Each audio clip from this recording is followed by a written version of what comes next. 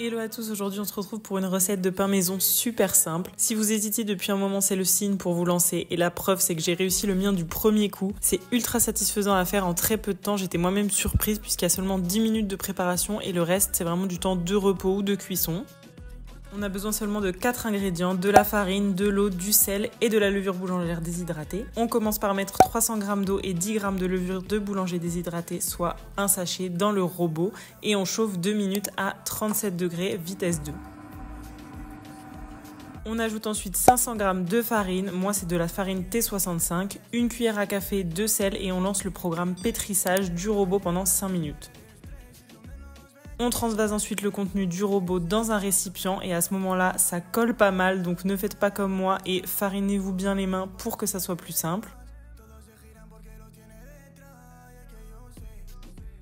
On couvre d'un torchon et on réserve pendant 1h30. Au bout d'1h30, la pâte a bien levé et on va la placer dans une cocotte en fonte. Moi, j'ai emprunté la mienne à ma maman, elle a des années et c'est la marque Le Creuset. Je dégaze la pâte et surtout en grande partie parce que c'était super satisfaisant, donc j'ai vraiment duré le moment.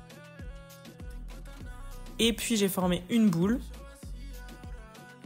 On graisse légèrement la cocotte avec du beurre et on place le pâton à l'intérieur. Je l'ai badigeonné avec un peu d'eau, saupoudré de farine et j'ai fait des entailles pour que le pain se développe uniformément et aussi pour me la raconter parce que je trouvais ça joli avec une lame de rasoir. On ferme la cocotte et direction le four pendant 50 minutes à 240 degrés. Et regardez-moi cette beauté à la fin du temps de cuisson. Franchement, j'étais tellement émue et fière de moi pour ce premier pain. Et le moment de la découpe, j'étais vraiment en suspense total et j'ai vraiment fait une danse de la joie avec Alma tellement j'étais contente du résultat.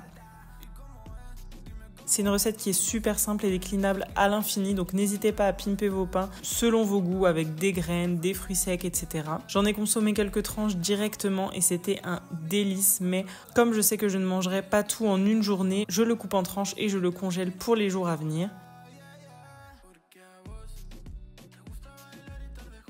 Tellement il était croustillant, j'ai mis des miettes partout, donc je les récupère et je les mets dans un bocal. Ça fera de la chapelure pour d'autres prochaines recettes.